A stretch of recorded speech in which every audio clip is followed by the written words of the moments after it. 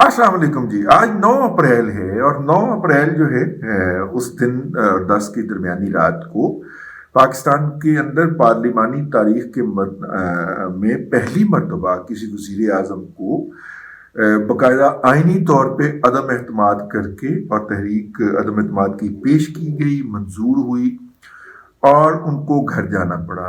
وہ گھر جانے کے اوپر تیار نہیں تھے اور انہوں نے سوچا کہ جناب ان کو اب تک پروٹیکٹ کرتی آئی ہے پاکستان فوج اور اس کی پریمیئر ایجنسی ISI۔ تو انہوں نے جو تھا یہ کوشش کی کہ وہ ان دونوں کے سربراہوں کو تبدیل کر دیں اور تبدیل کر کے وہ پھر ان لوگوں کو جو ان کے خلاف عدم اعتماد کر رہے ہیں ان کا مکو ٹھپیں چنگی طرح، ان کو جوتے ماریں جس طرح فیض حمید مارتا رہتا تھا اور ان سے مجھے اعتماد کا ووٹ دلوائیں۔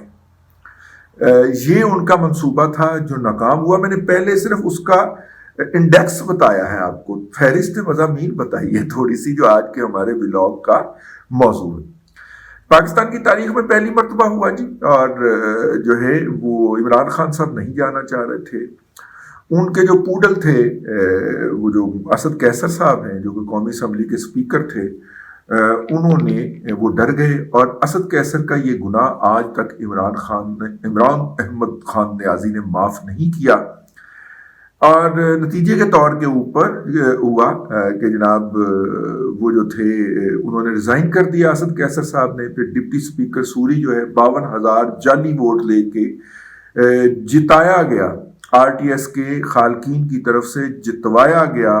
قاسم سوری جو تھا اس کو چھیڑنے کے لیے کہ یہ تمہاری جمہوریت کی اوقات ہے، اس کو ڈپٹی اسپیکر بنا دیا گیا اور استہزاء کرنے کے لیے، مذاق اڑانے کے لیے، قاسم سوری کو جمہوریت کا مذاق اڑانے کے لیے کہ جو شخص کے ووٹ 52,000 ووٹ اس کے جعلی تھے اس کو ہم ڈپٹی اسپیکر بنا لے ہیں، کر لیں جو کچھ کرنا ہے۔ اور اس تمام عرصے کے اندر اس عدلیہ کے اندر اس کا کیس زیر سماعت رہا اور عدلیہ نے اس کو سٹے دیے رکھا۔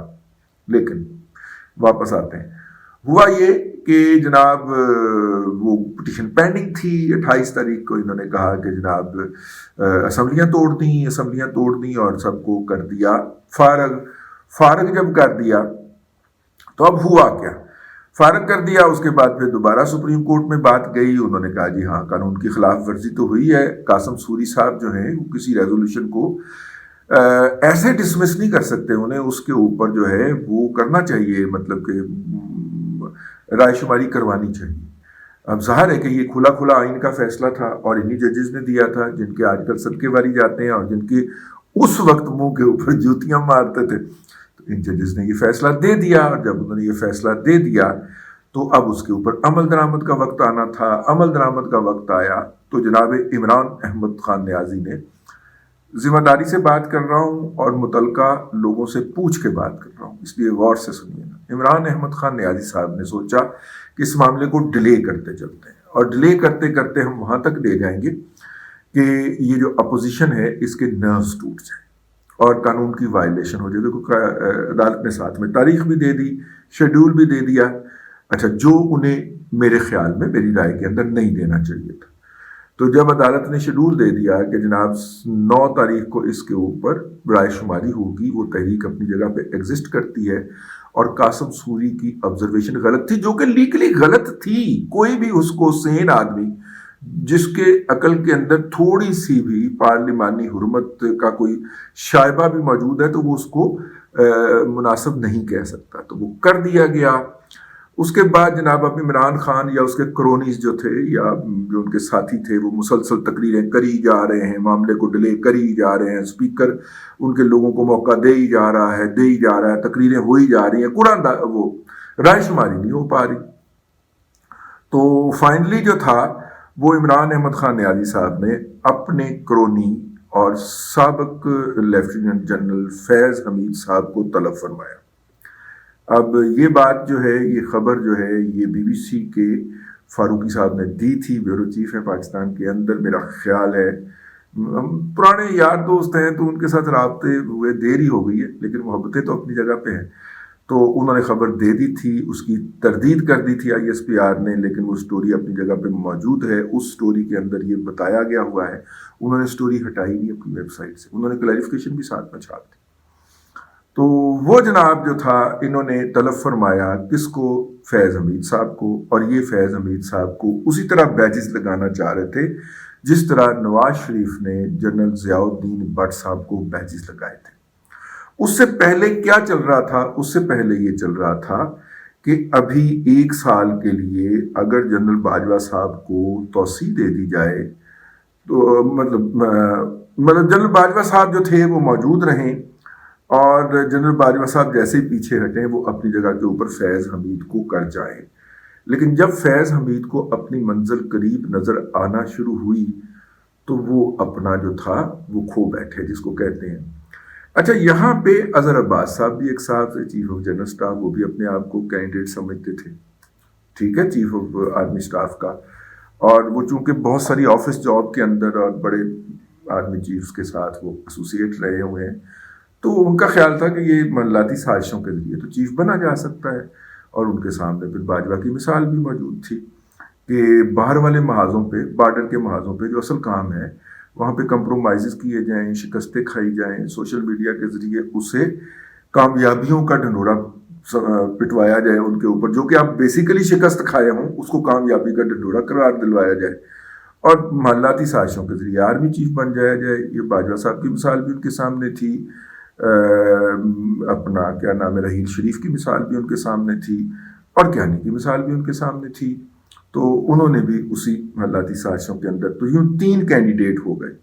جب 2 کینڈیڈیٹ نے یہ دیکھا، یعنی کہ باجوہ صاحب تو خیر جانا ہی جانا تھا، ان کا بھی 1 سال مارا جاتا. اگر اسی وقت ہی جنرل فیض حمید کو آرمی چیف لگا دیا جاتا تو جنرل باجوہ صاحب کا 1 سال مارا جاتا. تو یہاں پہ تو 1 گھنٹہ نہیں چھوڑتے بھائی اقتدار کا، تو آپ 1 سال کی بات کر رہے ہیں. ان کو یہ ان کے مفادات کے اوپر ہٹ آ گیا. دوسرا، وہ اس بات پہ ہرٹ ہوئے کہ یار میں نے تمہیں کہا جو ہے کہ میں تمہیں آرمی چیف بنا کے جاؤں گا، یہ میری ذمہ داری ہے، ٹھیک ہے، تو پھر تم اتنے بے صبرے کیوں ہو رہے ہو؟ تو بے صبری مار گئی فیض حمید المعروف لالہ صحرائی کی، ٹھیک ہے، فیض بے صبری مار گئی اس کی. اور ان کے روانہ ہونے سے پہلے ہی یہ کال جو تھی یہ پکڑی بھی جا چکی تھی، اور وہ جو اظہر عباس صاحب تھے انہوں نے بتا بھی دیا تھا. تو پھر کہا جاتا ہے کہ انہوں نے فون کر کے تو کچھ ججز سے ریکویسٹ کی کہ یہ والی حرکت کرنے لگا ہے تو آپ ذرا آ کے عدالتیں کھول لیں. تو وہ BBC کی سٹوری کے اندر ہے کہ ہیلی کاپٹر کے اوپر سے فیض حمید کی بجائے جو تھے وہ کوئی اور اتر آئے. زیادہ تر لوگوں کا خیال ہے کہ وہ باجوہ صاحب تھے، میری اطلاعات کے مطابق وہ باجوہ صاحب نہیں تھے، کچھ اور لوگ آئے تھے ان کو سمجھانے کے لیے. بیسیکلی عمران خان کی بکری اسی وقت ہی بیٹھ گئی جب ان کے پسندیدہ جرنیل کی بجائے وہ جرنیل ہیلی کاپٹر سے اترے. ان کا خیال تھا ہیلی کاپٹر اتر آیا، اب وہ لمبی لمبی چھوڑیں گے، اب وہ بادشاہ ہیں، now he is the king. اور وہ سامنے بٹھا کے شہباز گلوں کو اور شیریں مزاریوں کو بتا رہے تھے کہ کس طرح حکومت کی جاتی ہے، گورننس کی جاتی ہے. اور شیریں مزاری نے جب دیکھا کہ قائد کے منہ کے اوپر مرغی کے اثرات واضح ہو گئے ہیں شروع، تو اس نے جب مڑ کے دیکھا تو انہوں ہی مرغی پہ گئی اور وہ زمین پہ باقاعدہ گر گئی. ٹھیک ہے، میں سوچتا ہوں کہ بندہ اس جسے کے ساتھ زمین پہ گرا ہو تو کیا ہوتا ہے. اگر میں اس کو خاتون کا ایڈوانٹیج دے رہا ہوں بھائی، تو اس لیے ویسے بھی مطیع اللہ جان کی استاد رہی ہے قائد اعظم یونیورسٹی کے اندر، تو چلو مطیع اللہ کے صدقے کے باعث شیریں مزاری کو معاف کیا، ٹھیک ہے، وہ جو مرضی کہتی رہے ہم نے اس کو معاف کیا، لیکن توا لگایا جا سکتا تھا. لیکن ایک تو خاتون ہے اور دوسرا مطیع اللہ جان کی استاد بھی ہیں، تو میں نے ان کو معاف کیا. وہ بہرحال زمین پہ گری تھیں. یہ اس کے اندر BBC کی سٹوری کے اندر بھی اس کی تصدیق ہوتی ہے. کچھ کو جناب اس کا سانس اکھڑ گیا، ان کا سانس جو تھا وہ عدالت میں پیش ہوتے ہوئے اکھڑا تھا اگر آپ کو یاد ہو. اور دونوں سچویشن کے اندر بھی وہ ڈرامہ تھا بہت بڑا، لیکن بہرحال ان کا سانس بھی اکھڑ گیا اور یوں یہ لوگ اندر سے بھاگے کیونکہ وہ اندر داخل ہو گئے تھے. عمران خان صاحب نے سوچنے کے لیے موقع مانگا کہ مجھے سوچنے کے لیے وقت دیا جائے، اور انہوں نے خود کو واش روم میں بند کر دیا. وہ لوگ باہر بیٹھے ان کا انتظار کرتے رہے. انہوں نے اس دوران جن کو بلایا تھا ان کو فون کیا کہ آپ پہنچے نہیں، تو انہوں نے کہا کہ جی میں راستے میں ہوں. واش روم سے فون کیا گیا، چونکہ مانیٹرنگ ہو رہی تھی نا تمام موبائلز کی، تو اس نے کہا کہ میرے تو وہ آ گئے ہیں اور انہوں نے باہر سے گھیرا ڈال دیا. تو انہیں کیا وہ آ گئے نے, وہ بھی بڑا ڈرپوک ہے. اس نے وہیں سے یو ٹرن لے لیا, وہ بھاگ گیا, وہ آیا ہی نہیں. وہ آتا یہاں پہ آ کے کنفرنٹ کرتا, اس کو آرمی چیف بنانے لگے تھے, ٹھیک ہے نا, لیکن وہ بھی اتنا کی ڈرپوک تھا اور اتنا کی بہادر تھا کہ وہ رستے سے یو ٹرن مار گیا. عمران خان صاحب رہ گئے اکیلے, اور پھر انہوں نے اس موقع کو انکیش کرنے کے لیے کہ جناب ایک ڈائری اٹھائی اور ڈائری اٹھا کے نکل گیا. یہ ساری ویڈیو بنوائی اور وہ وہاں سے چلے گئے.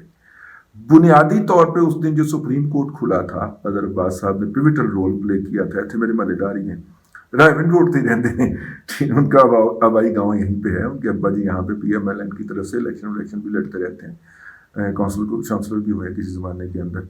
تو وہ جو تھے موصوف جو تھے بیسیکلی جو تھے وہ کوآرڈینیٹ کر رہے تھے اس آپریشن کو.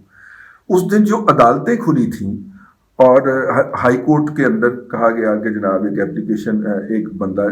اپلیکیشن منگوا لی گئی, اور وہ اطہر من اللہ صاحب چیف جسٹس تھے اسلام آباد ہائی کورٹ کے, کہ جیسے ہی عمران احمد خان نیازی صاحب جو ہیں وہ جنرل باجوہ صاحب کو ان کے عہدے سے سب کو دوش کریں گے, تو وہ اپلیکیشن ٹیک اپ کر کے اطہر من اللہ صاحب وہ والی سب کو دوشی جو ہے اس کو سٹے کر دیں گے.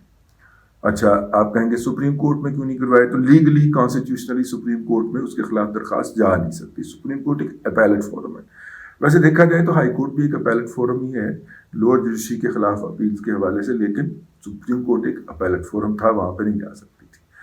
اور سپریم کورٹ کے اندر جو ججز کو بلایا گیا وہ اس حوالے سے تھا کہ میسج دیا جائے کہ یار اس سے باز رہنا. اب یہاں پہ کچھ لوگ پی ٹی آئی کے جو لوگ ہیں وہ یہ کہتے ہیں کہ رات کو عدالتیں کھل گئی تھیں اور عمران خان کے خلاف ووٹنگ کروانے کے لیے اور ان کے اپنے حکم پہ عمل درآمد کروانے کے لیے. ایسا نہیں تھا. یہ اس وقت اقتدار کی جنگ تھی کہ چیف کس نے بننا ہے, اور کینڈیڈیٹ 3 تھے. ٹھیک ہو گیا, کینڈیڈیٹ تھے 3, اور تینوں کینڈیڈیٹس جو تھے وہ مطلب کہ ایک جو تھا وہ اپنی ایکسٹینشن پکی کرنا چاہ رہا تھا, اور ایکسٹینشن پکی ہو جاتی, اس کی دوسری ایکسٹینشن 6 سال تو وہ چیف رہ جاتا, لیکن دوسری ایکسٹینشن اگر پکی ہو جاتی تو وہ پھر پروجیکٹ عمران خان کو سرے پہنچاتا, سرے لگاتا. اور جب وہ یہ والا کام ہو گیا اور عمران خان نے اس کو بھی ڈنگ مار دیا, تو پھر اس نے جا کے اپنے دوستوں کو کہا دوستوں ہمیں نیوٹرل ہو جانا چاہیے, ہمیں سیاست میں مداخلت نہیں کرنی چاہیے. اور اپنی آخری تقریر میں باجوہ صاحب نے یہی فرمایا.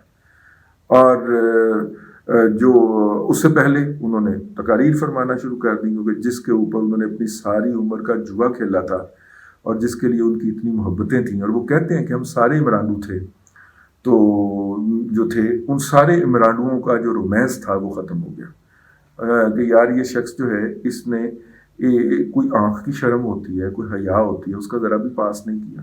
تو میں اس بات کے اوپر میں نے ان تمام واقعات کو پڑھا, مختلف جگہوں کے اوپر میں نے واقعات نہیں دہرائے, میں نے وہ صرف وہ سینسٹیو پارٹ جس کی اوپر پی ٹی آئی پروپیگنڈا کرتی ہے کہ رات کو عدالتیں کھل گئی تھیں, وہ رات کو عدالتیں باجوہ صاحب کو بچانے کے لیے کھلی تھیں. وہ رات کو عدالتیں کھلی تھیں کہ آپ جو ہے وہ آؤٹ آف ٹرن جو ہے جنرل فیض حمید کو چیف آف آرمی اسٹاف نہ بنا سکیں. رات کو عدالتیں جمہوریت بچانے کے لیے نہیں کھلی تھیں, جمہوریت نے خود اپنے آپ کو بچایا تھا.